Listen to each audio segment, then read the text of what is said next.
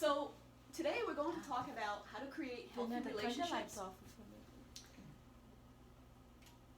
There you go. That's what's important. It's here. We're all important. My voice is going to be important, but we can look here. This is better.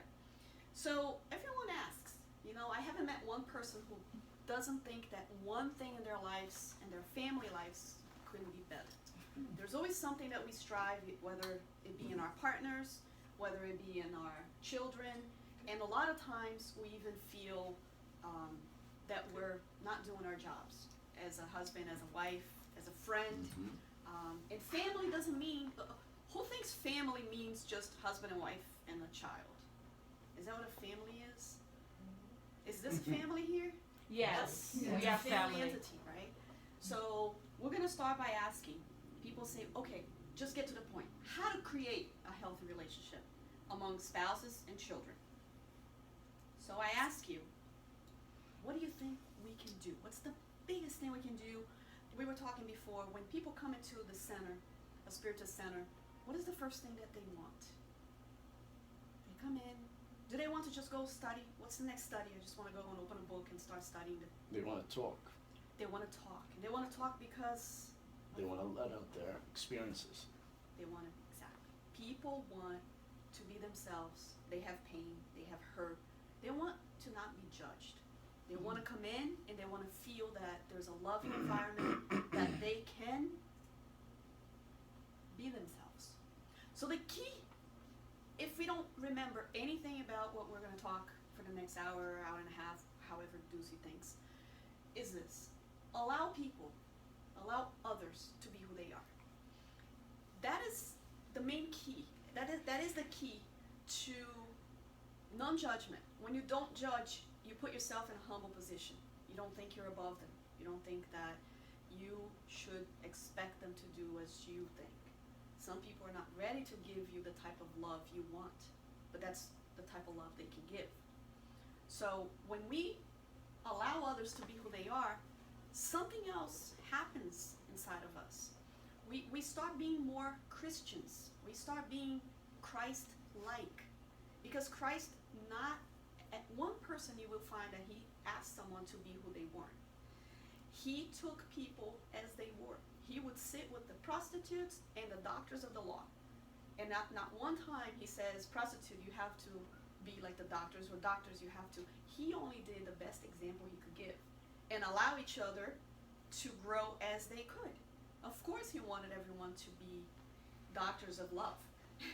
But everybody can take their own route at their own time. And when you allow people to be who they are, something amazing happens. People start liking you too. Not that you need people to like you, but people start looking at you as a real brother, a real sister. If someone is in the ghetto, they're doing drugs, and you want to help them, if you get there with a lab coat and you say, I'm from the psychiatric department of whatever department, and drugs are terrible, I'm here to help you, to bring you to a rehab center, you think they're going to listen to you? No. But if you get there wearing normal clothes, jeans, t-shirt, and you say, hey, listen, I was there. I've done everything you're doing, and I was able to get out of this. If you want, I'll show you the way. There's a way for this. You think they'll listen to them now? Possibly. Because you put yourself On that level. on the same level. And when we put ourselves as the same level as Christ wanted us to be, just as brothers and sisters, not judging others, just saying, hey, everybody's got a problem. Everybody has something that hurts them. Spouses, you do not own your partner. If we go along those lines to understand that that paper that you get, the marriage registration, is not a title paper. It's not something saying that, okay, you own this person or you own that person. It's not title. If you believe that it is a title paper, your marriage is into troubled paths, because you will expect the other to be possessions. And possession is the opposite of freedom. If we free people, they would want to be with us. Have you ever had a friend that texts you nonstop? Where are you? Wait, you didn't answer. I saw that you saw my message. You have to call me back. What happens? You distance yourself. You say, oh my God, this person again. But if you text someone and you say, listen, can we meet up for coffee? I'm in town today. If the person answers, great. If they don't, it's okay too. Most likely you're going to get a call back. Hey, guess what? I couldn't do it yesterday, but are you still there in the morning? Because there was no pressure. There was no ownership. And ownership means you're proud. You're above. The minute that you think you own, because we don't own anything. Everything here is borrowed. This dress one day won't be mine. This building's not going to be here in 100 years. Nothing. It's just a big illusion. Yeah. When we think that we own our children, God does, not us. We're just doing some time being their parents. When we understand that, parents, you do not own your children. Again, birth certificate with your names on it does not mean that you own them. It means that they were lent to you for you to care, for you to put them on the right path, and for you to allow them to be who they are. Up front, we're going to talk about, people say about genetics, or why is my child not as moral as a parent, or we see the opposite, and sometimes we assume that it's inherited. Morality is inherited, which it isn't. It's a different person. And it takes a lot of blame from the parents too. Because a lot of times the parent thinks, I own my child, this child has my genes, but my child is into drugs and I've always taught him not to. Don't feel bad about it. If you did everything you could to show them how bad it was, and he took this pathway, the spirit does not create a spirit. Your body creates a body, but not the spirit. This child has an independent spirit, and a spirit is not genetic. So you do not pass your morals to anybody. You can have amazing, good, loving parents with very troubled children who will end up being mass murderers, and you cannot feel blame for that, because their morals, their judgment, their ethical lives do not derive from yours. That is theirs. You did your job. You can't feel bad about it. You're going to be sad about it. You're going to question if you could have done something different. It's normal. But you cannot blame yourself. You can't go into guilt, because it's a different spirit. It's a different person. You do not own them. Children, honor thy father and thy mother. When this comes into light, we think about, well, what if my parents were horrible to me? My answer, not mine, but Jesus' answer is, honor thy father and thy mother, regardless. There's no condition. There's no only if. There is not, if they've done this to you, then this doesn't apply. There's no conditions. You honor. Why? Because the most precious thing you have was a decision that they did. They made a decision to allow you to reincarnate. They permitted you to come through them to be on this earth. And there's a long line of spirits wanted to be in this planet. So if you did, you also have to have the agreement from your parents to allow you to come. And for that and that only, you honor. I'm not saying that you should respect their actions. There are some parents that do terrible things. They're cruel. They actually are responsible for their children to go in a different route. But that's on them. That's not on us. When someone yells at me and I yell back, their problem is they're yelling at me. My problem is I allowed their dirty laundry to come and affect my clean clothes. And then I dirted them again. So then it becomes my problem. So when someone is bad and they misbehave and they treat you badly, be any family members, that is their problem. If you're going to believe in the cause and effect, that everything has an aftermath. Everything will come. I wouldn't say karma, because karma means the same thing. Like I slap you, I'm going to get slapped. That's not true. We know that's not true. So it's not karma. We use this term in Spiritism, but it's not the correct word. Because you might slap me in life this time. You might be a terrible husband to me in this life. It doesn't mean that in next life this person they will have a terrible husband. That would have been karma, because it has to be exact. But because of their actions, they might change. And with their changing, they might not have a terrible husband. They might have something else different for them to understand what it is to be loving to another person, but not the same thing.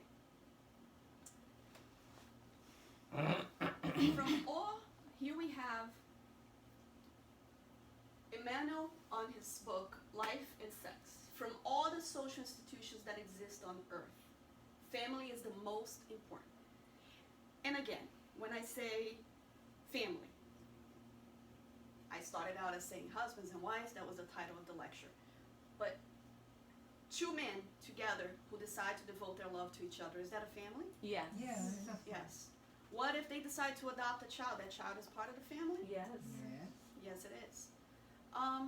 Three friends that grow old, and now they're each on a nursing home, and they decide to get together and say, we're going to live on the same nursing home, and we're going to continue for the rest of our lives playing cards and doing whatever. Do they just create a family? Yes. Mhm. If they were in separate nursing homes, but they decide that those people, not the people that visit them once every 3 years, but those people that are there, are they their family? So family, when Emmanuel talks here, is any entity united, not by blood, but by what? Love. By love. By love. First of all, a laboratory of reparation through experiences in which joy and pain alternate, programming future peace. Joana de Angelis is the mentor of Divaldo Franco, who's a very known Brazilian medium. So she says, this is the spirit of a nun, and she says that family is a laboratory. It's a lab. What do we do in labs? We conduct experiments. We try. We do this. This doesn't work. We do something else. So this is basically, most of the time, a family experience. Anybody knows a perfectly happy family? I don't. I don't know any. It's a little tough to find, right? And why is it tough? Because we're still on earth with imperfect people. As long as you have imperfect people, you will have imperfect actions. And we shouldn't blame the other for that, because it's a laboratory. It's something that we're manipulating. Ooh, maybe I should lower my voice next time. Okay, that experiment didn't go too well. Or, she said that, the wife had a dream about, she wakes up and she says, I dreamt that you were giving me a beautiful diamond ring. And then the next morning she waits, and then the next day there's a package, and she's like, oh man. And then there's a book, Interpretations of Dreams. So we're imperfect people. So the next time he will say, you know what, not a diamond ring, but let me get her some beautiful earrings that are, I got in a garage sale, but I know it's her style. She'll love it. She'll love it. So it's a lab. In a lab, there's a lot of things that don't work out too well. And once we understand that people are imperfect, we're going to live a much easier life. Nobody's perfect. Exactly. Perfection just got. Jesus was the only person, flesh and bone, that lived here who was at his perfect level. We can say, what about Gandhi, Chico Xavier? No, not perfect. If you really dig into their history, you're going to see moments where they were angry, that they suffered from different mental illnesses, that they had physical ailments. So, not perfect. Closer, but very far from what Jesus was all about. There's a book that says, it's Emmanuel who says that the distance between us and Jesus is a fraction of the distance that we are from being monkeys. Let's put monkey genes. Yes. So we are thousands closer to a monkey than we are to Jesus. So let's think about that. That's not me saying. That's Emmanuel saying that, which is also a spirit of very high regard and very high intelligence. So some things I might not have translated. It doesn't matter. Some people. Wait a minute. Hold on one second, okay? I think I have the Portuguese version here. That's okay, because I have another one. Family workshop. That's so there's not going to be any translating there. Okay, here's Joanna.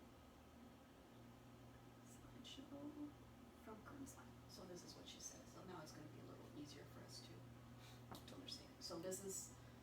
Did I do something there? No, Okay, so family is first of all laboratory of repertory experience. Now, what is repertory? Repetition, it is? Repair, Oh, repair. right? Yeah. So if we have to repair something, it's because before it wasn't that perfect. So we have to repair it. Something had broken along the lines and we have to repair it. So joy and pain alternate. Isn't that how life is? Like sometimes we're, yes, oh, I love you, you're amazing, and in Brazilian we'll say, traste. I have a question. Sure. So you say you repair it, right? Mhm. You repair it to satisfaction, to perfection, Eventually to perfection. As many times as over we- time. all the time. The aim is, I always tell people, don't aim to be Jesus. Don't aim to be, Yeah. don't put yourself, but aim to be the best version of yourself. Yeah. So when we're honest with ourselves, we're going to ask, am I being the best version? There's a Debbie 5.5, Debbie 5.9, but I know there's a Debbie 10.0, but I'm really just being a Debbie 7.5 when I yell and when I do all kinds of stuff. But I know I've seen the Debbie 10.0. Ultimately, I want to be a Debbie 5 million point something. Okay, so that's the level we are still. I'm still at the Debbie 10.0 out of the 5 million. But if I know there's a Debbie 10.0 version, like the iPhone now, I mean, we keep getting better, right? But as we get better, is it going to be a lot of issues with the new iPhone? Who thinks there will? Yes. There will, right? There's a lot of glitches as we grow to a better version, until we get there. So really, eventually, we will be perfect family. On Earth, nope, because this is not a perfect, Earth is not a category of planets that are happy planets, that are considered divine planets. This is, let's say, a third level. So we can be the best we can. I have something to say. Sure. Please. All right. So like how you say you want to be Debbie 5.0 or 5.9, like in your mind, you could say I'm Debbie, I'm 10.0. And you, going forward, you always think you're at 10.0, and anybody around you could say, no, you're not. But in your mind, I'm positive, and this is what I'm doing, and that's why I say I'm a 10.0. Can you say that? Sure. And the answer is, do you truly see yourself? And now it's that self-awareness. Do I put a mask, as Jung would say, that we live in too many masks? Are we truly honest with ourselves and thinking, or are we fooling ourselves into believing it? 50-50. You see? So, that is the difference, right? That's the difference. You have exactly. Because, people that say, oh, all my friends are, they're just lazy. All my friends are lazy. Well, there's some kind of laziness that attracts them to you, and that attracts them, so what does it say about you? Yeah. You have something that is attracting that type of person. When a couple, you have a relationship with someone, and you're always breaking up, and then the next person has the same issue. And you say, why do I always attract the same type of man or the same type of woman? Look at yourself, because you might think that you're a 10.0, but when you look at yourself, you say, oh my goodness, I always attract the same exact personality trait into my relationship that doesn't work. Well, you haven't resolved that own personality issue within yourself. So once you fix that, why do I always, marry someone that has maybe some kind of addiction? Every time this person starts, or they abuse. Well, there's something inside of you that perhaps it has to do with guilt, and you feel guilty. And when you feel guilty, you think you deserve that. You put yourself into a position of sabotage, auto-sabotage. And that's when therapy comes, of course, because it shows you, why do I feel so guilty? Because a person that feels guilty, they accuse themselves, they don't think they're good enough, right? And then you allow people, whatever comes to you, if they abuse you, you think you deserve it. You think, well, this is, there's something in there. So then you're always going to attract that. Once you're no longer guilty, once your self-worth is built, once you're truly a 10.0, those people will stop coming towards you. They will stop. There's a law of attraction, and they only come if something else attracts. I see there's no rats here, no cockroaches, there's nothing around in this building. Why? There's no food for them here. There's no room for them to infiltrate in here. But if we leave all the food from today until next week, guess what? They're going to be starting to be attracted to that. And when you have the conscience that is something that, for example, abuse or addiction, when you know those elements is not working in your life, and you notice that is the pattern that you have in your previous relationship. Okay, this person has this element, and I don't want. Soon as you notice, you break up with because you don't want to have a relationship. You break up. You have a breakup. You have a breakup. Boom! You married somebody who really have those elements. You know. Then I said, oh my God, all my life I broke up with all those previous relationships because a few years later, you notice that person have accepted those elements, but it's not too late, you know. Now, that brings a good point as well. Sometimes we're putting ourselves in such a position of pride that we just want to take all the people that we can help, or we think we can help. So you develop this pattern of getting yourself involved in relationships of needy people. And you can't ever be happy. You need needy people. Once you try to fix them.